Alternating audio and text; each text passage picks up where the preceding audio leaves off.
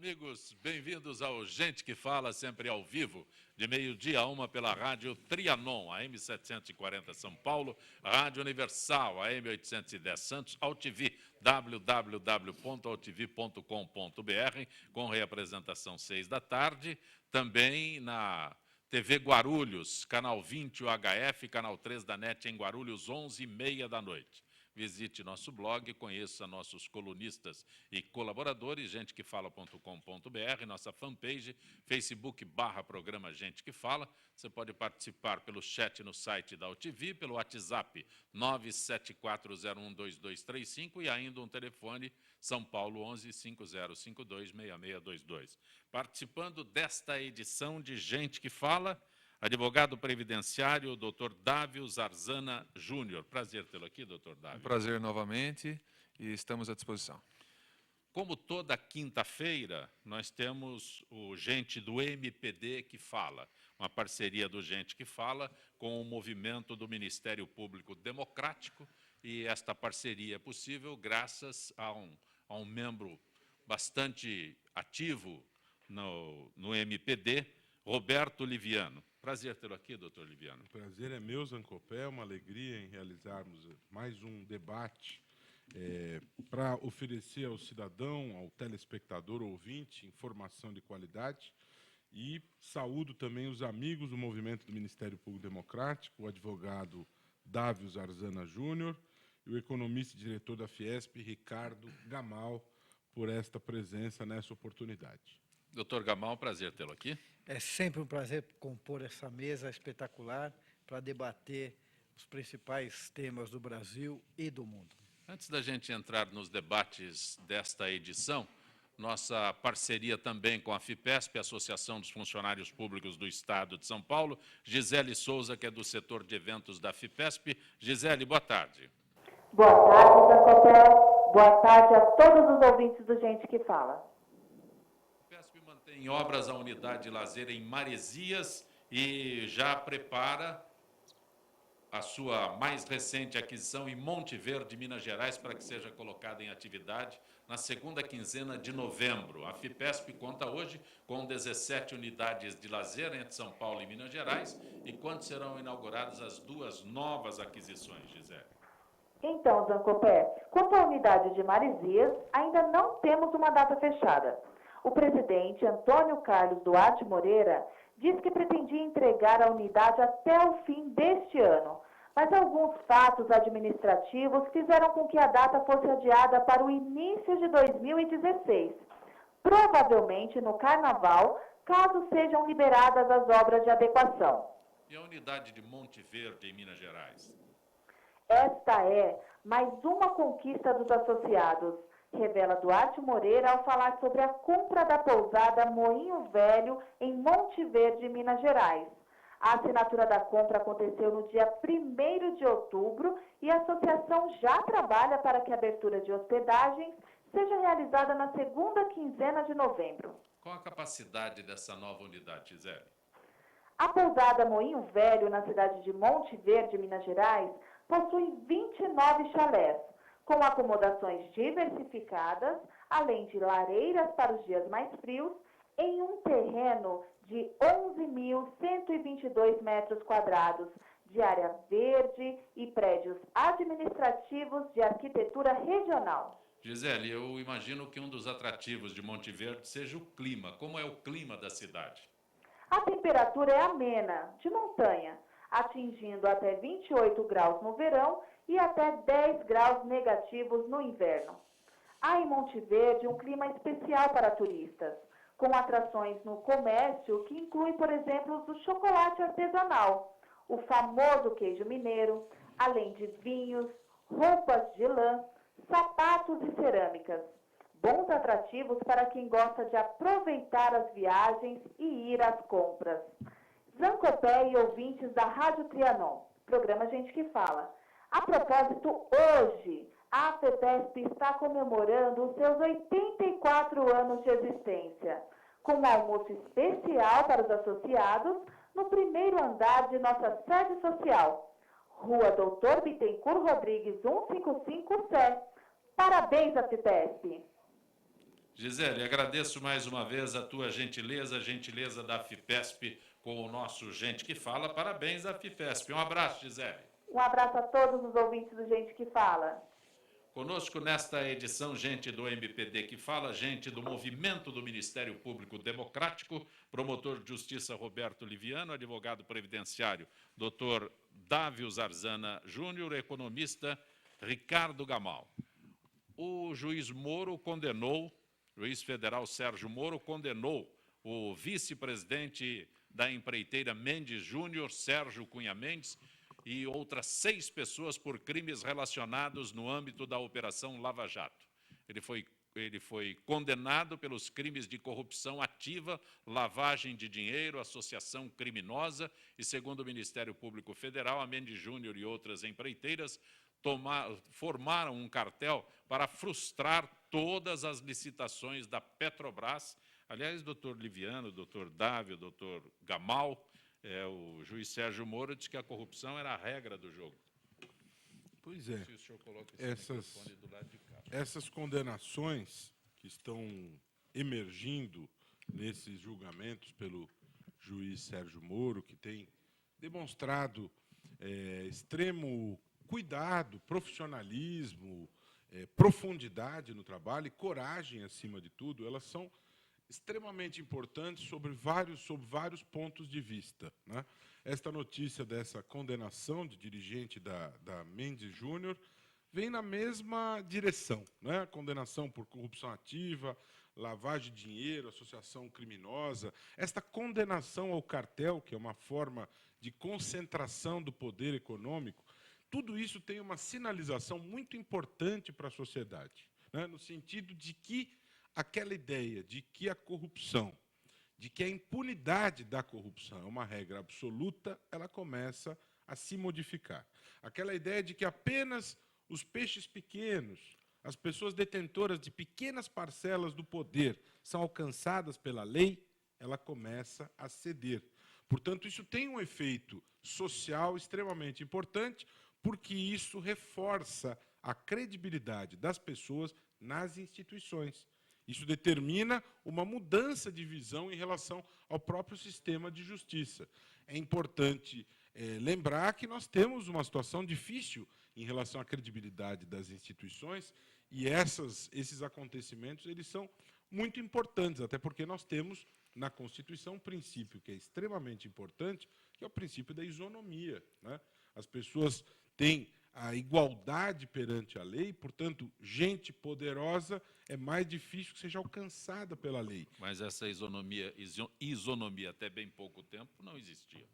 Pois é. O aspecto O que o senhor está princípio colocando... constitucional ele existe, mas estas decisões concretas... A prática, a então, execução... Então, a prática contida nessas decisões ela é importante nesse sentido. Mostrar que quem tem muito poder econômico e muito poder político, pessoas que foram alcançadas na ação do mensalão, foram alcançadas pela lei. Portanto, elas não estão imunes à lei, não são intocáveis. Eu acho que esse é o grande legado disso. Não há pessoas intocáveis, né? Você talvez me pergunte, mas isso é uma verdade 100%? Não, não é 100%. Mas nós estamos indo na direção de mostrar que, cada vez mais, essa situação tem menos lugar, né? Cada vez menos nós temos essa categoria, essa situação dos intocáveis. Os poderosos podem e são atingidos pela lei. E isso é importante que aconteça, né? Isso já acontece em muitos países do mundo e no Brasil, cada vez mais, é uma realidade que está se mostrando e precisa se mostrar cada vez mais para que não se tenha o sabor amargo da sensação de que a lei é só para os pobres, para as pessoas que não têm advogado, para as pessoas sem poder, que as pessoas com poder não são nunca alcançadas pela lei, né? Então, isso tem um sabor muito ruim, tem um sabor de injustiça, né? Então, essas situações elas são importantes e também importante. Eu admiro e respeito muito o juiz Sérgio Moro, né? Mas é importante que as pessoas tenham clareza que existem muitos bons magistrados no país, muitos bons membros do Ministério Público, advogados, né? Nós não podemos ter um sistema que dependa de um indivíduo, né? Nós temos muitas pessoas capacitadas, gabaritadas e que no dia a dia do seu ofício decidem e se posicionam de maneira importante para a sociedade, né? Então, eu acho que o legado desta decisão ela é extremamente importante. E só para fechar o meu comentário, que acabou sendo longo, né, essa questão do cartel, tem muita gente que não entende bem isso, né? Até uma palavra difícil, né? E as pessoas não alcançam a gravidade destas situações em que há a concentração do poder econômico. Isso é muito grave. Toda forma de concentração de poder econômico ela é nociva, perigosa para o cidadão, porque ela gera consequências, por exemplo, na imposição de preços. Nosso amigo Gamal pode falar alguma coisa sobre isso também, mas quando você tem uma empresa ou poucas empresas explorando determinado ramo, produzindo algo, elas têm um poder especialmente grande em determinar o preço, e o consumidor acaba pagando por isso. Quando você tem o espírito das licitações desrespeitados, e qual é esse espírito? Permitir a competição. Competição é saudável, né? Isso é a licitação. A ideia da licitação. Os exemplos que o senhor coloca aí, vamos supor, eu, Zancopé, sou empresário. Então, eu vou participar de uma licitação, onde está lá o doutor Gamal, mas eu faço diferente. Eu levo o meu irmão, meu primo, meu vizinho, e todos nós combinamos um preço ali que derrota o preço do doutor Gamal, que está o seu preço correto dentro da licitação. Então. Mas nós burlamos essa licitação dessa forma. Seria isso, doutor Isso Gamal? que é importante que o telespectador, o ouvinte que está nos escutando, perceba isso, que esse tipo de combinação por trás das cortinas é ruim, é perigosa, é nociva, é condenável, né? E a justiça ela está conseguindo alcançar essas pessoas. Então, a formação realmente dos oligopólios, né? Desses oligopólios que se unem em cartéis para ganhar as licitações, é um mal incrível no Brasil, não é? Quero alertar também que existe não só na questão das empreiteiras. Hoje em dia, eu acho que o oligopólio mais importante que nós temos, mais poderoso, é o oligopólio dos bancos, não é? E incrível que, em relação ao sistema financeiro, tudo é feito dentro da legalidade, não é?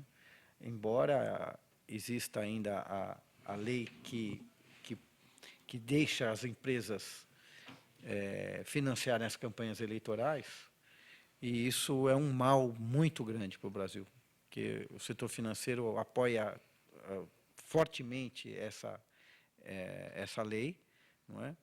E, no final das contas, nós temos poucos bancos também, poucos bancos que formam o seu cartel, o seu oligopólio. Não posso dizer cartel, nesse caso, que nada é provado, mas formam um oligopólio e aí estão aí as taxas de juros falando para que doutor Gamal, mas o grande problema, eu só queria... não. Eu acho que é um grande avanço que está acontecendo no Brasil, claro, em relação à corrupção.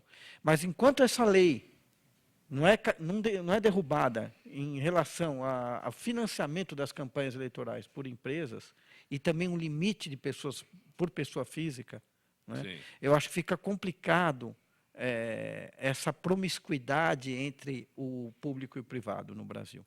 Não é? O senhor é economista e eu sou só jornalista, eu sou leigo. Então, quando o senhor fala em banco que é privilegiado, eu tenho dificuldade de entender. Este é o detalhe. Eu, como ouvinte, eu tenho dificuldade de entender esse. E o senhor fala de financiamento de campanha.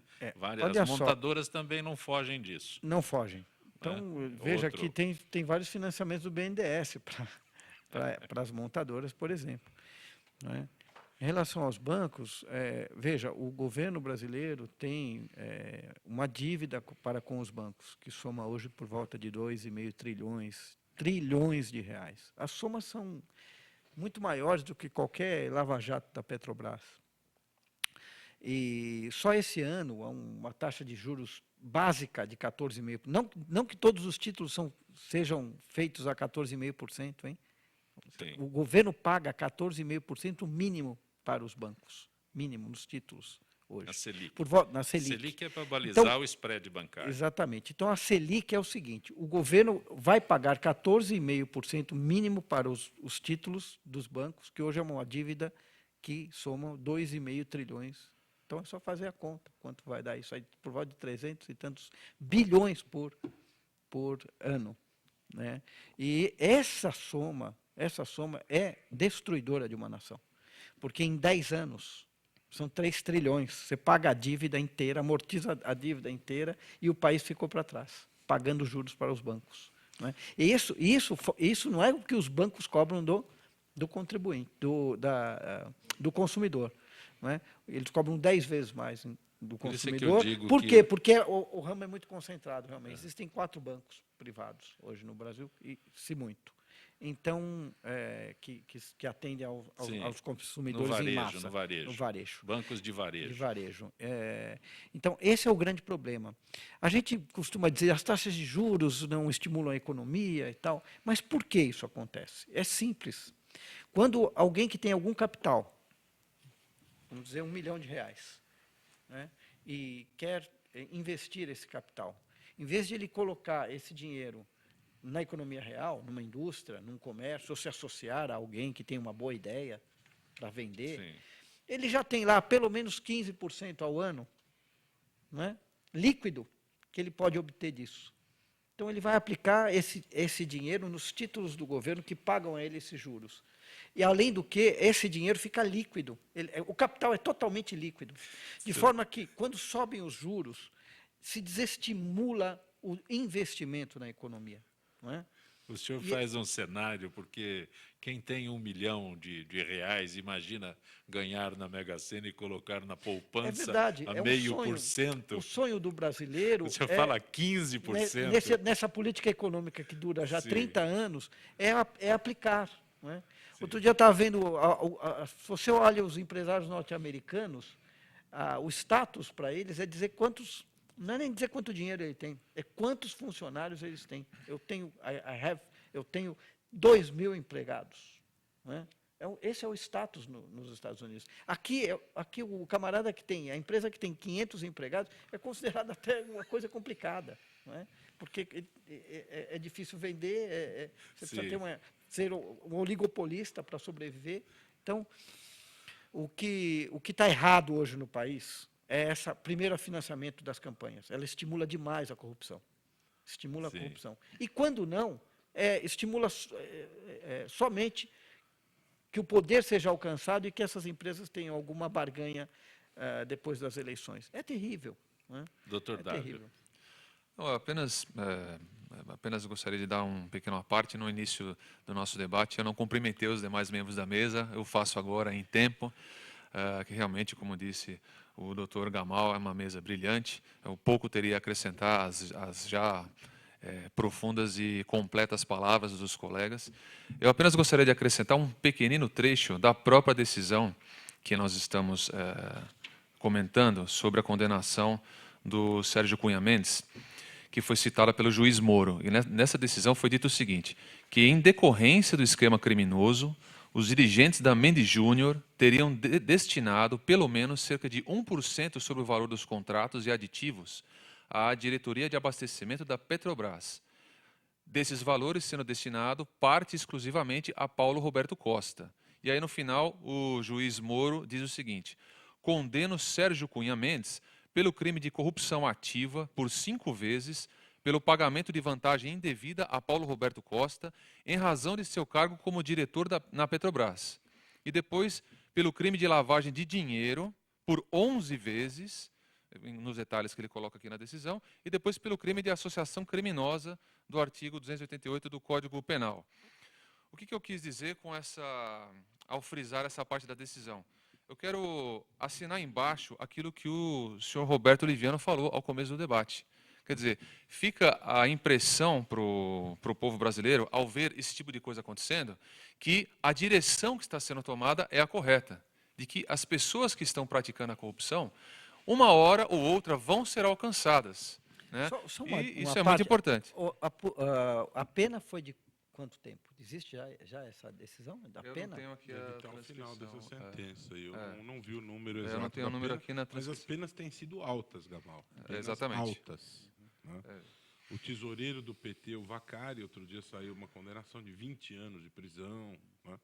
tem havido condenações 16 bastante anos, não é altas. isso? Eu creio que não 16 tenho aqui o anos. número, acho que cerca de 16 anos, exatamente. O que significa, doutor Roberto Oliviano, o senhor que é promotor de justiça, doutor Dávio leu aí, foi condenado 5 vezes, 11 vezes, o que significa isso? Vários crimes.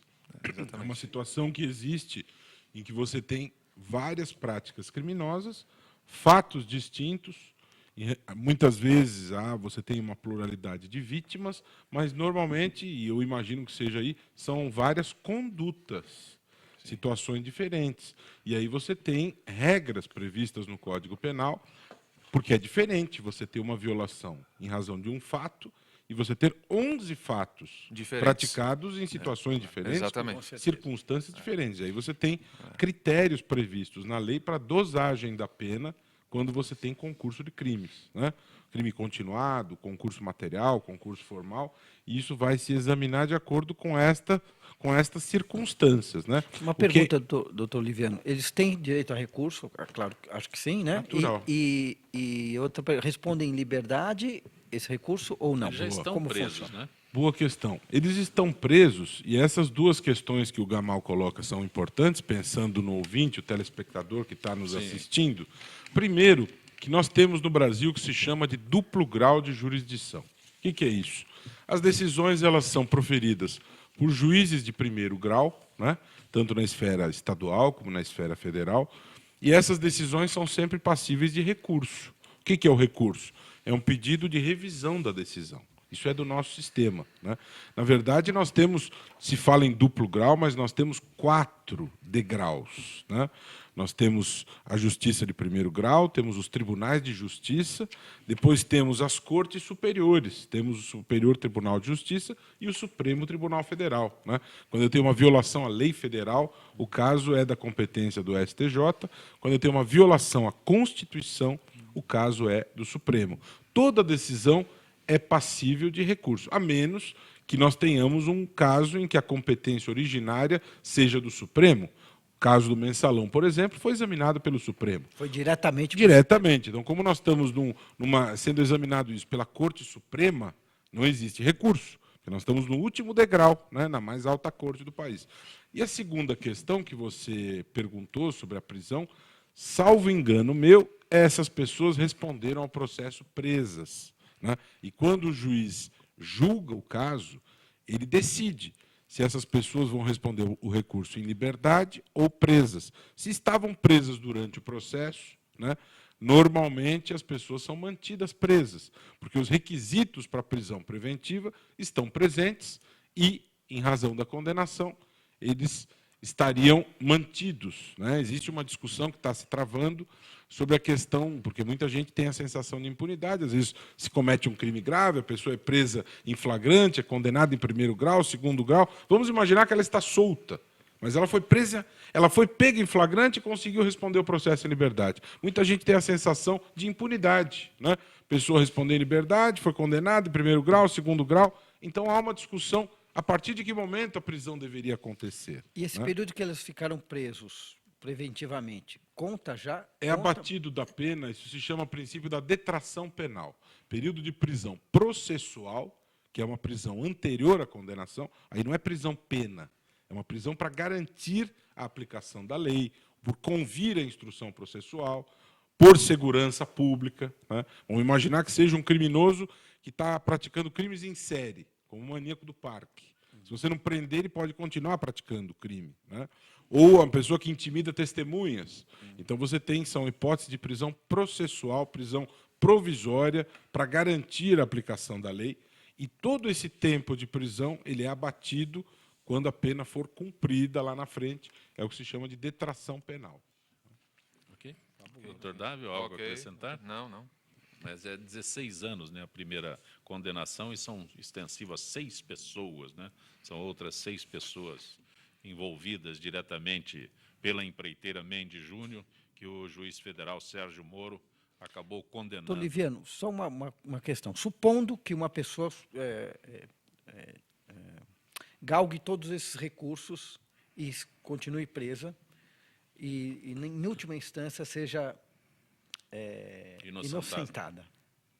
né? E já existiu na história. Não estou dizendo sobre Claro. este caso, Sim, provavelmente sim, não, mas é muito interessante isso. como é que o Estado responde a esta pessoa? Depende do fundamento da absolvição, né? Porque mesmo a condenação, o fundamento da condenação são as provas existentes contra aquela pessoa. Agora, a absolvição, ela pode ser fundamentada de maneiras diferentes. Eu posso ter absolvição por estar provado que o fato não ocorreu. Eu posso ter a absolvição porque ficou demonstrada, por exemplo, a legítima defesa. Eu posso ter a absolvição por insuficiência de provas, portanto, fundada na dúvida razoável, né? Eu preciso verificar qual o fundamento da absolvição, por um lado. Por outro lado, verificar qual foi a atitude do sistema de justiça como um todo naquele caso. Em tese, se alguém foi vítima de um erro judiciário, e talvez você esteja se referindo a isso, esta pessoa vítima de um erro judiciário, se ficar demonstrado que houve realmente esta situação, não objetivamente no exercício do direito de recurso, mas se ficar demonstrado que o sistema falhou gravemente, esta pessoa pode pedir uma indenização por perdas e danos materiais e morais, danos materiais e danos morais contra o Estado, né? Depois que houve o desfecho deste caso, né? Você está acompanhando Gente que Fala. Retornaremos em instantes.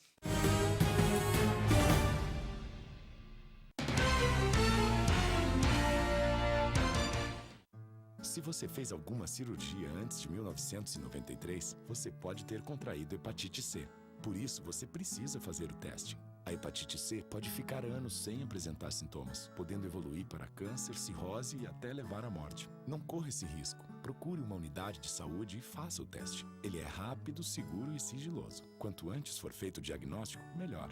Hepatite C. O teste é o primeiro passo para a cura. Ministério da Saúde. É o governo federal trabalhando para o Brasil avançar.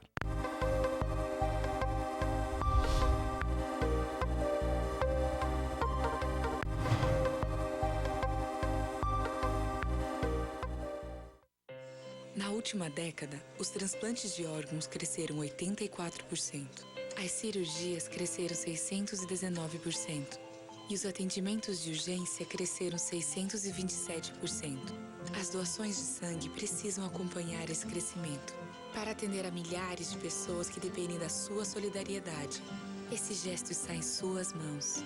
Seja para quem for, seja um doador. Procure um Hemocentro mais próximo.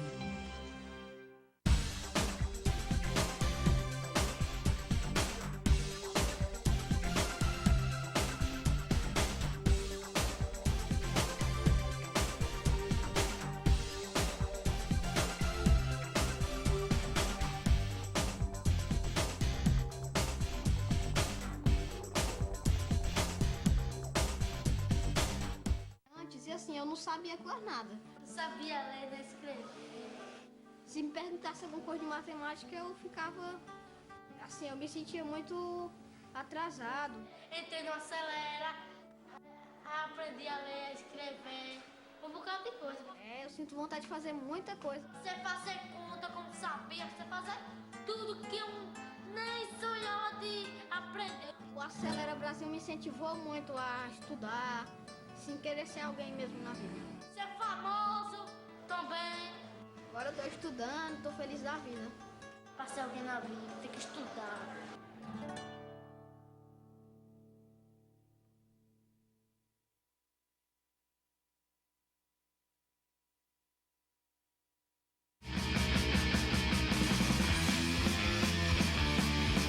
Olá, eu sou João Carlos Boldan e apresento aqui na UTV toda segunda-feira, a partir das 14 horas, o programa Saúdes, com o apoio da Quantum Bio.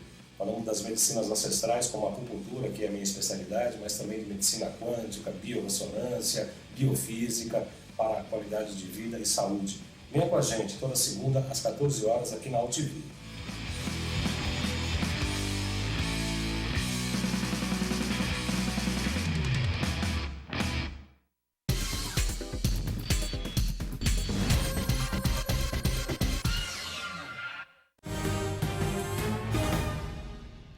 Você está conosco no Gente que Fala, Rádio Trianon, AM 740 São Paulo, Rádio Universal, AM 810 Santos, AltV, www.altv.com.br, reapresentação 6 da tarde, também TV Guarulhos, canal 20 UHF, canal 3 da NET em Guarulhos. Acesse nosso blog, gentequefala.com.br, nossa fanpage, Facebook/programa Gente que Fala, o telefone 5052-6622. Conosco hoje, promotor de justiça, Dr. Roberto Liviano, que nos permite esta parceria do movimento do Ministério Público Democrático, hoje é gente do MPD que fala, também o economista Ricardo Gamal, advogado previdenciário, Dr. Dávio Zarzana Júnior. Dr. Dávio, olha, eu fiquei final de semana, começo da semana, tentando acessar o e-social. E-social é o nome do momento, que é para poder recolher são os tributos? O que se recolhe ali? Antes de responder isso, eu achei interessante o senhor dizer, eu tentei acessar o e-social, não foi isso? Sim. Que realmente as pessoas têm entrado no e-social. Milhares, né? Entre milhões. Exatamente, muitas pessoas nessa situação. Basicamente é o seguinte, o governo cria um sistema para ajudar o empregador a não ter que arcar com multas, com encargos, etc. Esse termo que o senhor usou não é correto, ajudar. Ajudar, né? Aí depois, na hora que você vai... eu estou dizendo assim, de forma teórica. Na hora que você vai concretizar enfim, o pagamento dos tributos referentes ao empregado doméstico, você não consegue. Então, obviamente que o governo não vai penalizar, é nesse sentido que está havendo essa prorrogação, o governo não vai penalizar agora o empregador porque ele não consegue acessar o e-social. Nós tivemos recentemente no direito brasileiro uma alteração na legislação trabalhista, conferindo ao empregado doméstico uma série de direitos que antes não eram contemplados, né? Por exemplo, o FGTS, a regulamentação da questão do FGTS, enfim. Então foi criado esse, entre aspas, simples doméstico, através do e-social, para que através de um instrumento único você possa recolher uma série de tributos. O INSS, o FGTS, que não seria exatamente um tributo, mas você recolheria 8% do salário do trabalhador de FGTS, né?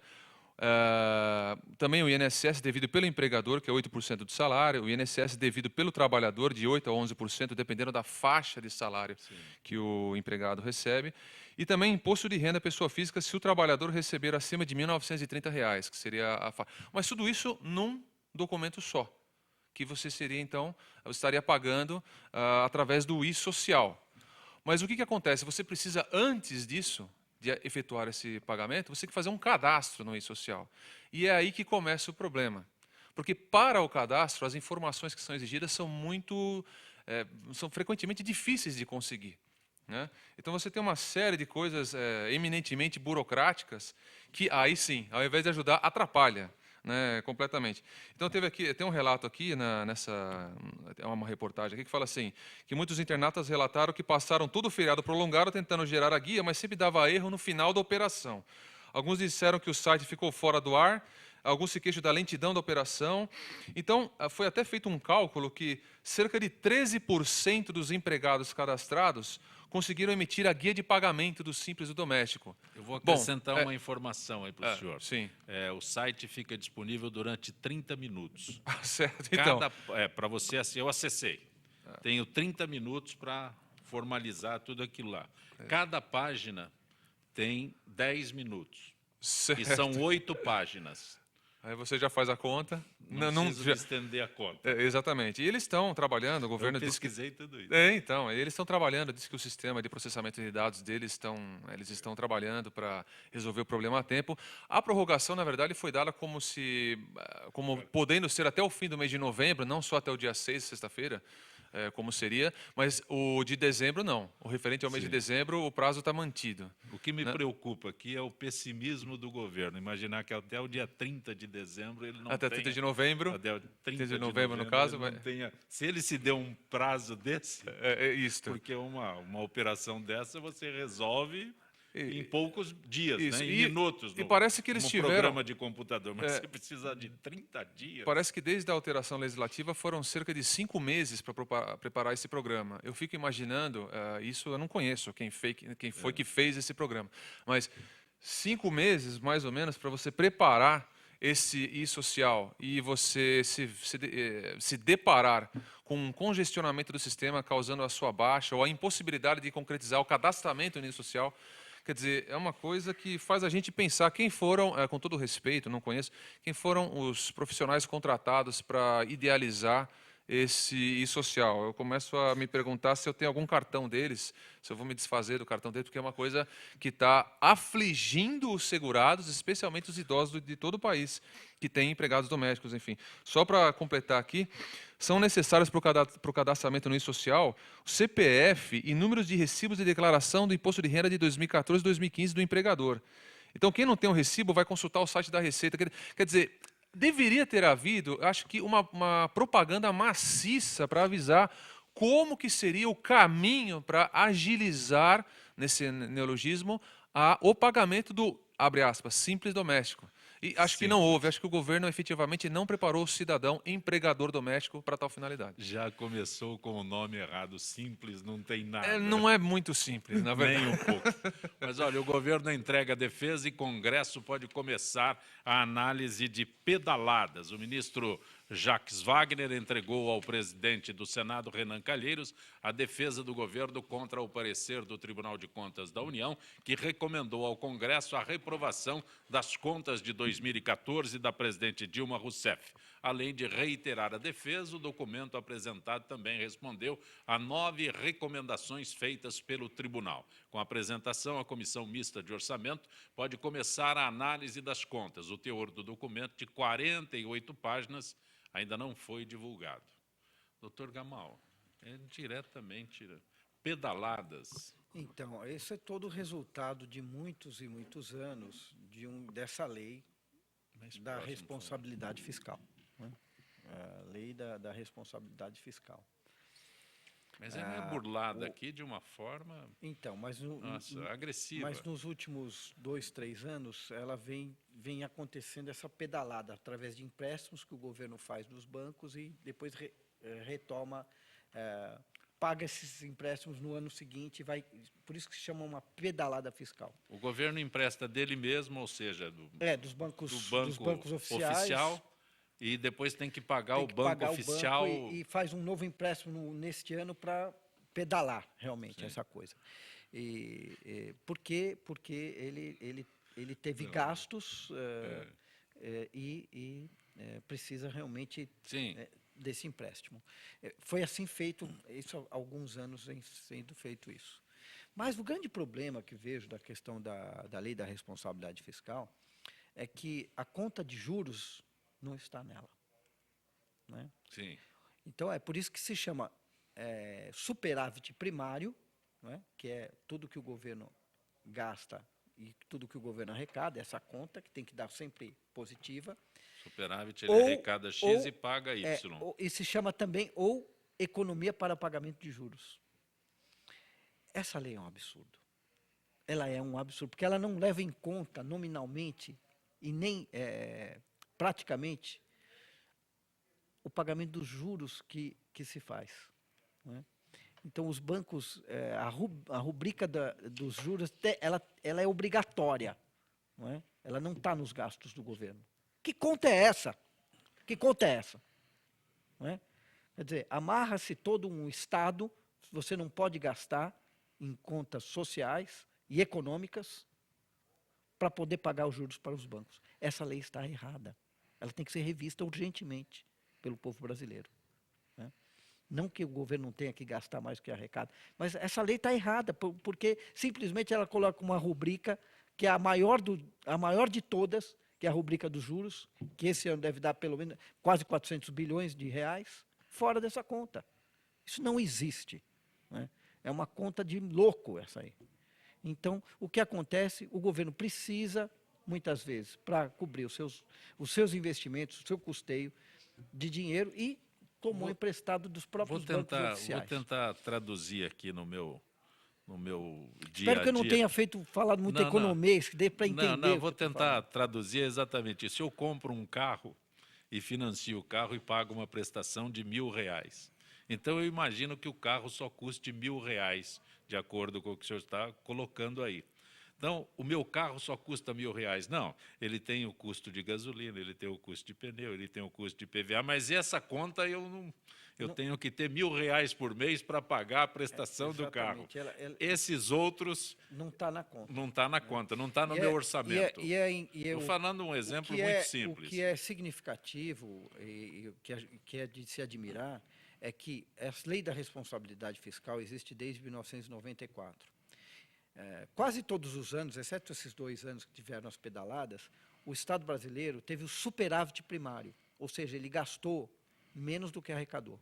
Não é? E mesmo assim, por incrível que pareça, a dívida com os bancos subiu. Por quê? Pelos juros. Por causa dos juros. Juros artificiais. Porque sempre no Banco Central é colocado uma pessoa que é ligada ao setor financeiro que simplesmente eleva os juros e acabou. Não é? Dizendo que é contra a inflação. Como contra a inflação? Contra a inflação é você estimular a economia, estimular a indústria, principalmente. Não é? O país está se desindustrializando. Em 10 anos, o PIB, a indústria representava 23% do PIB há 10 anos atrás. Hoje representa 12%. É um absurdo. Doutor Liviano, o senhor como promotor de justiça, eu quando ouço um relato desse que o doutor Gamal faz, né, foge. O senhor acabou de colocar com muita propriedade, com muita competência, que a lei está chegando e alcançando pessoas que há 10 anos atrás eram inatingíveis. Mas eu gostaria que, como a justiça pode agir, porque a lei de responsabilidade fiscal, não estou nem usando as palavras do doutor Gamal, mas nesses 2 anos virou uma piada. Bom, eu ouvi com muita atenção e respeito muito o conhecimento do Gamal e acho que essa preocupação com os juros é uma preocupação extremamente relevante, né? Mas eu queria trazer à discussão aqui outros aspectos contidos aqui.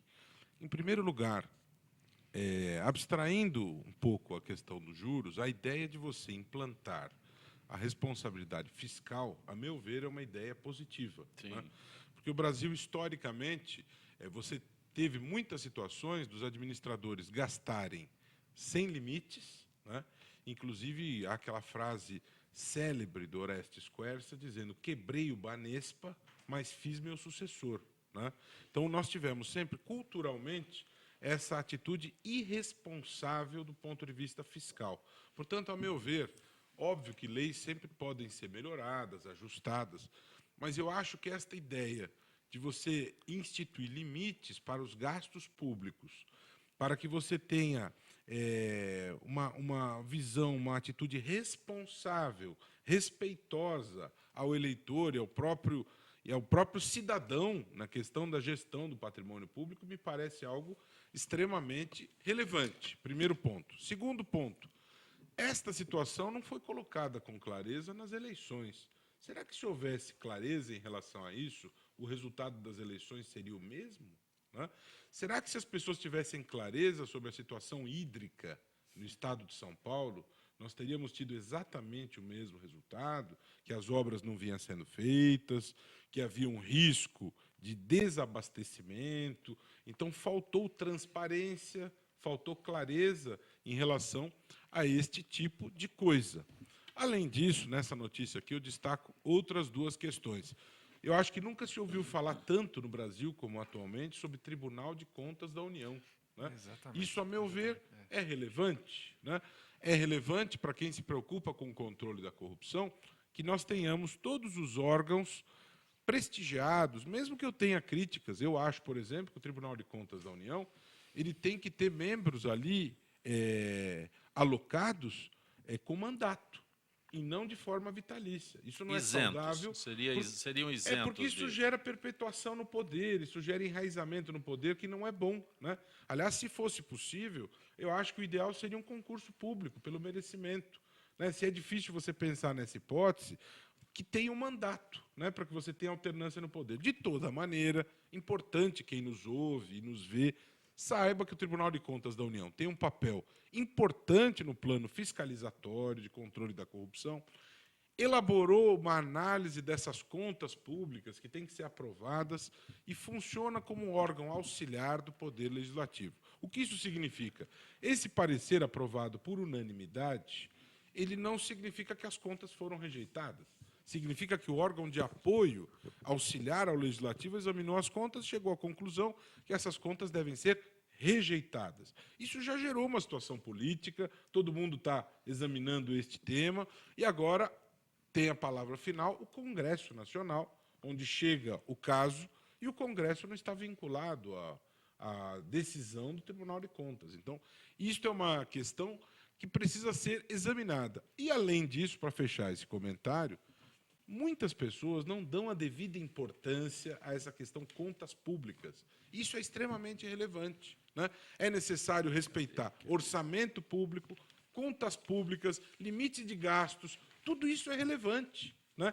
Concordo com o Gamal que tem que se cuidar dessa questão dos juros, que você não pode, o juro não pode ser um instrumento de engessamento, de não progresso econômico, de você ter uma situação que o país está paralisado por causa do juro. Eu acho que isso deve ser realmente pensado. Mas, por outro lado, a cultura da responsabilidade fiscal me parece extremamente relevante. E, aproveitando a oportunidade que você passou rápido pela questão anterior, do simples, das domésticas, eu quero só pontuar o seguinte.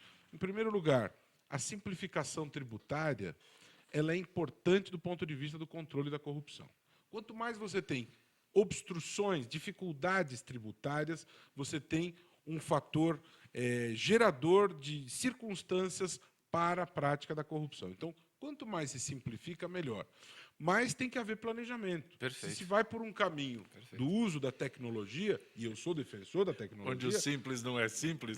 Planejamento, Sim. que é algo que não há na cultura brasileira. As coisas são feitas de maneira atabalhoada e falta planejamento. Nós precisamos repensar isso. Precisa ter políticas públicas planejadas.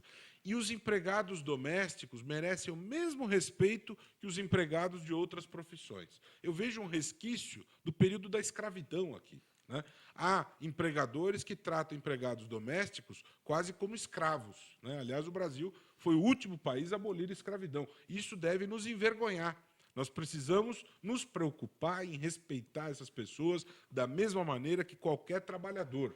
Então, é tardio até esse reconhecimento, essa equiparação, porque os empregados domésticos têm os mesmos direitos, as mesmas garantias que a lei acaba reconhecendo, ainda que tardiamente, antes tarde do que nunca, né? Mas eu acho positivo que você tenha essa simplificação, mas que o governo se planeje melhor, para a pessoa, um cidadão, não se sentir um otário que entra no portal e é feito de bobo, né? As pessoas merecem respeito e vamos ficar atentos e cobrar compromissos, porque a cada 4 anos nós temos a renovação dos representantes. É a hora de cobrar os compromissos, as atitudes, o planejamento, a seriedade do controle da corrupção, a atenção com a questão dos juros que o Gamal colocou, a responsabilidade fiscal, né? O cidadão precisa acompanhar a vida política do seu país, precisa cobrar, precisa saber em quem votou, precisa estar atento e querer que o país evolua, progrida, se organizar, fiscalizar. Isso é extremamente importante. Vou aproveitar a presença do Dr. Dávio Zarzana aqui, que é advogado previdenciário. A presidente Dilma sancionou a regra alternativa ao fator previdenciário, é aquela conta de 65... Isso, 90, eu vou falar bem rapidamente devido ao tempo. Mas eu quero entender, vetou a desaposentação. Não, então, isso é muito importante. A regra, na verdade, que é o seguinte, atualmente quem se aposenta, principalmente por tempo de contribuição, também, na hora do cálculo da aposentadoria, incide o fator previdenciário. É basicamente isso. Agora, se uma mulher atingir 85 anos, somando a idade com o tempo de contribuição, ou se o homem atingir 95 anos, somando a idade com o tempo de contribuição, na hora de se aposentar, não haverá incidência do fator previdenciário. É isto, em linhas gerais, que a presidente sancionou, tá? Agora, a questão da desaposentação, ela é perdão, um pouco mais complicada, tá? A presidente, eu vou dizer de uma forma bastante ingênua, tá? A presidente recebeu a informação do governo de que ela não pode aprovar a desaposentação, porque senão o déficit da Previdência, que já é grande, vai aumentar ainda mais, tá? A questão do veto da presidente não obstaculiza o julgamento do recurso extraordinário que está no STF, que também vai abordar o tema da desaposentação. Ou seja, a luta pela desaposentação continua a pleno vapor. Tá? O que precisa ser bem esclarecido é que o cálculo do déficit da Previdência Social está sempre errado, porque nunca entra no cálculo os valores dos recursos oriundos das contribuições sociais que foram desviados, às vezes por força de lei, para emprego em finalidades distintas das que são, aplicadas pela Constituição Federal. Então você tem, por exemplo, a DRU. A DRU acabou de haver houve um parecer de uma das comissões do Senado, se eu não me engano, aprovando a prorrogação da DRU até 2023, que é a desvinculação das receitas da União. 30% das receitas de contribuições sociais são retiradas da sua finalidade constitucional e aplicadas em finalidades diversas. Ou seja, esse cálculo ele não entra quando você aparece com o déficit da Previdência. Ou seja, é muito... você mais que tem uma conta de maluco. É mais uma conta realmente de maluco. E você aposentado, que está nos ouvindo, pode continuar lutando normalmente pela desaposentação, porque o direito existe e tem bons fundamentos doutrinários, jurisprudenciais. O STJ já aprova, o ministro Luiz Barroso do STF já deu um parecer favorável, nós tivemos o posicionamento do Marco Aurélio, então a luta pela desaposentação continua, sim, mesmo com o veto da presidente. Só uma pergunta, doutor Davi. Significa, então, que se essa conta tiver incluso, esses recursos foram desviados, a Previdência poderia ser superavitária? Eu não tenho a menor dúvida, porque a questão é histórica. Há muitos anos que a DRU vem sendo aplicada, e não só isso. Tem outras formas de desvio também que constam do orçamento, e seria superavitária, não tenho a menor dúvida. Doutor Liviano, o pai que dá um tapa na filha não comete crime, por mais reprovável que seja a conduta, se não tiver a intenção de ofender a integridade física da vítima e a agressão causou lesão corporal grave. Essa é a decisão da 12ª Câmara de Direito Criminal do Tribunal de Justiça do Estado de São Paulo. Olha, esse é um assunto que pode ser visto sob vários ângulos. Agora, eu quero dizer, eu acho importante tocar neste ponto aqui com quem está nos vendo e ouvindo, eu sou favorável à cultura do diálogo, né? Eu acho que essa atitude da violência física, ainda que seja sem a intenção de ofender a integridade física, porque o nosso Código Penal ele enuncia dessa maneira, o artigo 129, que define essa situação da agressão física, né? Ali está dito ofender a integridade corporal de alguém, né? Então, se você tecnicamente não teve esta intenção, se bem que você tem a figura do crime culposo, mas aí não foi uma atitude culposa, foi uma situação intencional. Então, sem entrar nas tecnicalidades do caso, que para você entrar você precisa conhecer a prova do processo, sim, e conhecer mais elementos, mas eu quero afirmar aqui que eu sou contrário a esta forma de educar filhos. Eu acho que nós precisamos radicalizar no diálogo, né? Eu acho que isso tem que se evitar, porque a psicologia tem estudado isso e demonstrado que esse tipo de comportamento pode gerar danos no desenvolvimento da criança. Isso está mais do que provado. Eu sou contra esse tipo de atitude, ainda que não tenha havido a intenção de machucar. Eu acho que esse método corretivo é coisa do passado. Nós precisamos modernizar a nossa pedagogia e precisamos ter uma atitude muito cuidadosa. Aliás, os pais eles têm que proteger muito a linha de diálogo e de comunicação com os filhos. Isso é importante para uma série de coisas, né? E evitar esse tipo de comportamento, que isso pode ser muito danoso, muito prejudicial.